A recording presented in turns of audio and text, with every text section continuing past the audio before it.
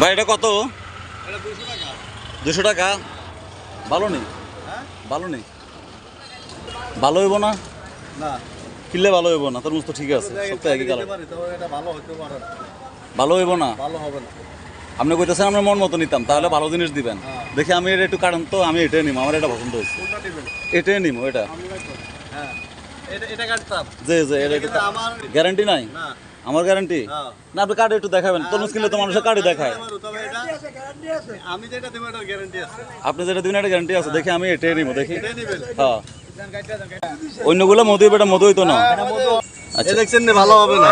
বাহ, মাশাআল্লাহ, ভাইয়া আসলে যে কথাটা বলছে কথা কাজে মিল আছে। উনি বললো এটা নিয়েন না, এটা ভালো হবে না। ভালো মাল নেবেন। অসংখ্য ধন্যবাদ ভাই সহতার সাথে ব্যবসা করার জন্য। এখন নতুন বাজার 3 রাস্তার মোড়ে, যাক অনেক ভালো লাগছে ভাই, ধন্যবাদ।